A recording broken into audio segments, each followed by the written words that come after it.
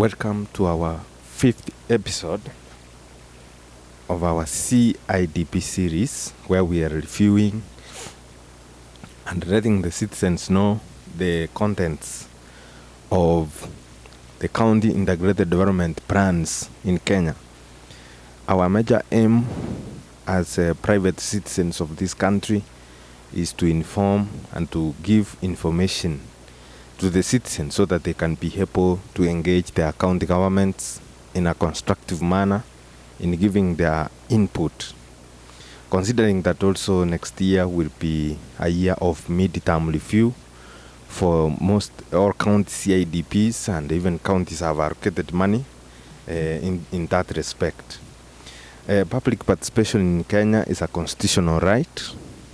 Public participation in Kenya is a constitutional right, which is articulated in various areas, including Article 201 of the Constitution of Kenya, 2010, which says that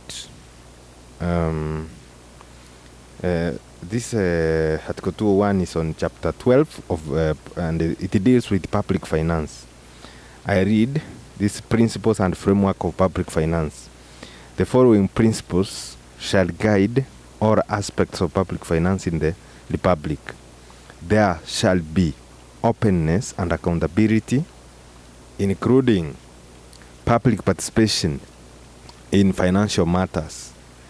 Number 2, the public finance system shall promote an equitable society, and particularly the burden of taxation shall be shared fairly. Revenue raised nationally shall be shared equitably among national and county governments, among many other things. So you read the Constitution of Kenya. It's important for you to understand your constitutional rights according to the Constitution of the country, that is Constitution of Kenya. So basically, we will look at what is in the county CIDP for Kakamega County today in our episode 5 of this series. We will start with a general background about the county. Later on, we will look at how the previous CIDP was implemented. Then we will look at the achievements of the first CIDP. And finally, we look at the priorities or projects which are to be done in 2018-2022, which will close our chapter for this series. So you will see interesting things in this documentation. Let us start with the background. Kakamega County land area is 3,051 square kilometers, which means it is bigger than Kisii, nearly twice the size of Kisii County, because Kisii County is 1,300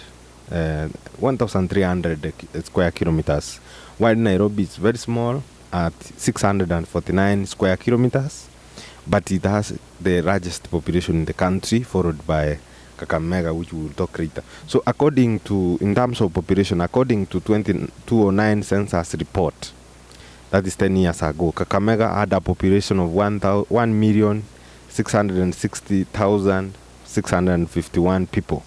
1,660,651 people.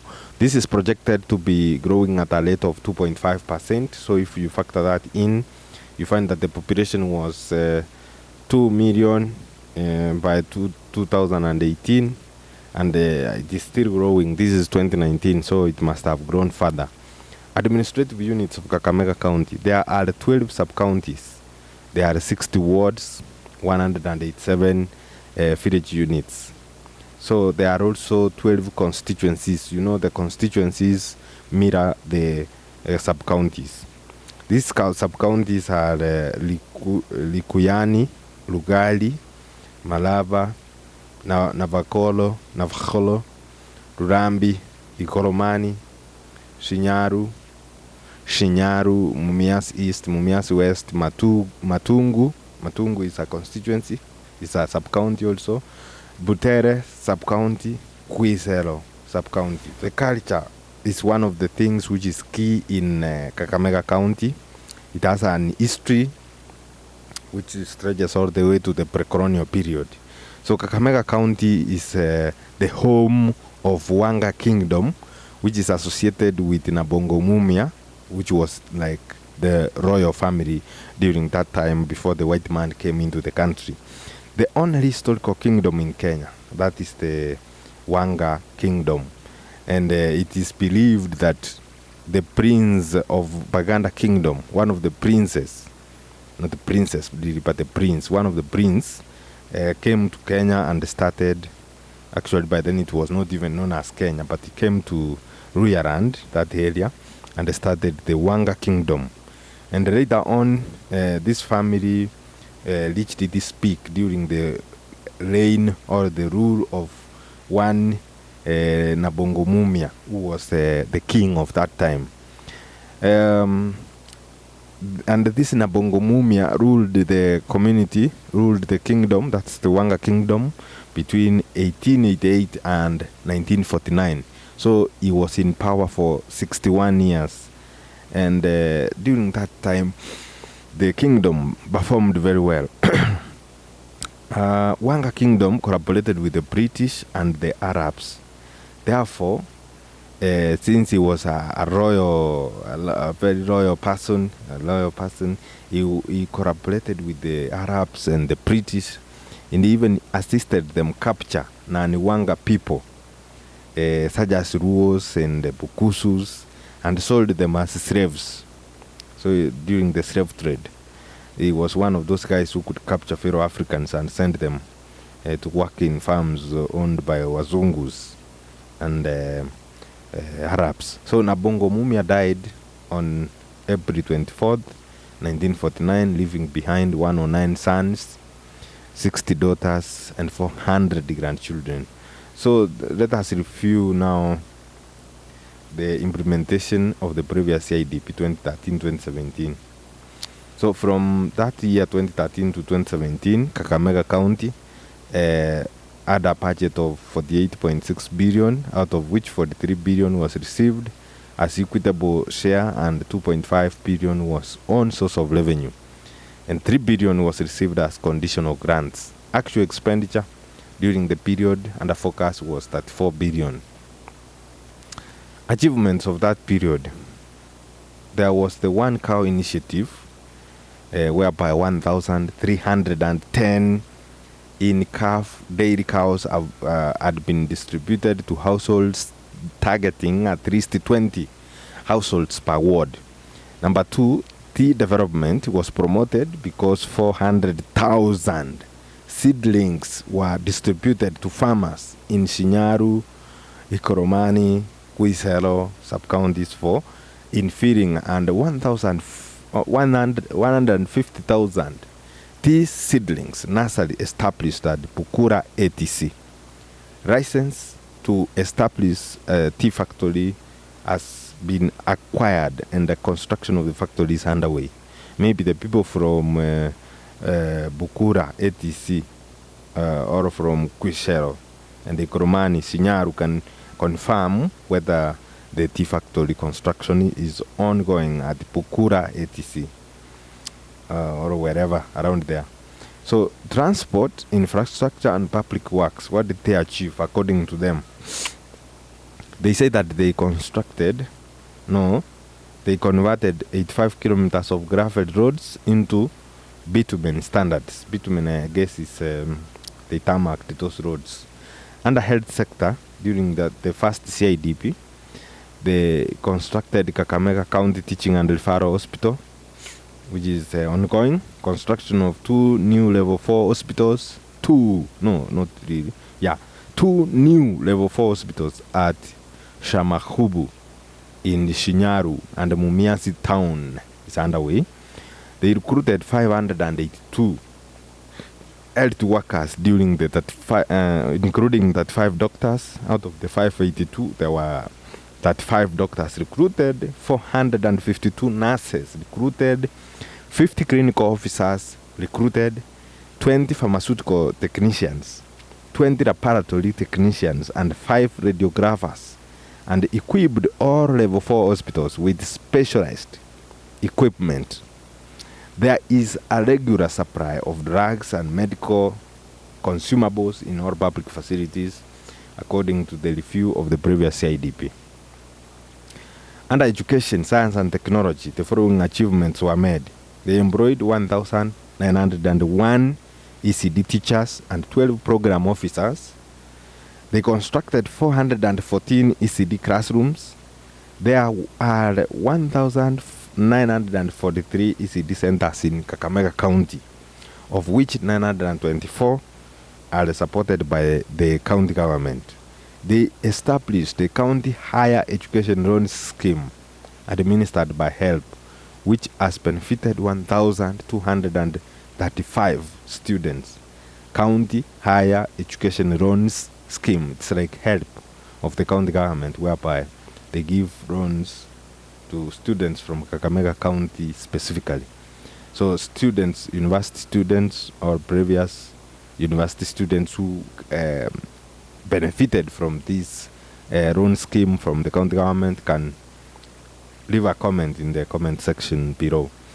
They established a county university education scholarship scheme, county university education scholarship scheme, which has benefited 25 students to study in local and foreign universities of their choice. Oh, very well. Under water, environment, and natural resources, they increased the tree cover by planting over 430,000 trees. That's nearly 500,000 trees in public institutions, hilltops, and riverbanks. Oh, very well. That's to conserve the environment. This is good for mitigating climate change and also increasing the tree cover. You know, Kenya's tree cover is expected to be around 7%, and it has to be increased to 10%, which is a good standard. And the counties and the national government are doing something to reach that target, because the national government banned logging, that is banning of charcoal, timber, making of timber for commercial use. So now they have even reduced the external tariffs for raw timber which has not been made into anything. So now it can be imported more cheaply so that we avoid doing deforestation. Under social services, youth and sports, according to the county government in the CIDP, they achieved the following. They upgraded and refurbished Bukungu Stadium to international standards. Phase 1 is complete. They constructed 720 low-cost housing units for the elderly and the vulnerable under the Shelter Improvement Program. 12 units per ward were done. And remember, there are 60 wards. So they are constructing low-cost houses. And this is for the people of Kakamega County to leave a comment. Is there anyone you know near you who has benefited from 720 low-cost housing units? We will be happy to hear what you have to say about those 720 low-cost housing units for the elderly and vulnerable. 693 Boda riders have been trained and issued with driving licenses. This is so good, so that they know how to drive or to ride the motorcycles properly. They have renovated Nabongo Cultural Center. Nabongo Cultural Center is the nerve center of operations for the Wanga Kingdom. Although nowadays they are ceremonial, they have lost the power and the money and the prestige which they had between 1880 and 1949. But this is something like a museum where you go to learn about the history of Nabongo Mumia, about the Wanga Kingdom. So they have renovated Nabongo Cultural Center, traditional homesteads at Mumia's Cultural Center. So at that place, I'm told it is like a palace. So if you are in Mumias, it is around 1 kilometer from the CBD of Mumias. You will be able to get to the Nabongo Cultural Center. It's like a barrack, like the barracks which you see in Niger movies, where there is a king, there is his subjects, but nowadays they don't have much power like before. where they could, I'm told they had special links. They were made of silver links, 2 of them. If he hits them against each other, people in the neighboring the kingdom could die. I don't know. That was superstitions. Anyway, more is being done under public service administration, whereby Kakamega County established a Kituo Chahuma. Kituo Chahuma is like Huduma Center, but an equivalent at the Kakamega County level. Kituo Chahuma has been established as one-stop shop for all county government services. Constructed police houses, 8 units. But now you see security is a national function. However, they are doing it. They have reasons maybe which they should have given the CIDP document. So they constructed 8 units of houses for the police, for Matunda Police Station. They purchased 4 Land Cruisers and 2 traffic controlled cars for Kenya Police. This is clearly a national function according to the Constitution of Kenya, which I have here. If you open the 4th schedule of this constitution, you will see that security is a national function. They acquired 1 modern fire engine, which is good. Projects for Kakamega CIDP 2018-2022. What are they going to do for the next 5 years, which is ending 2022?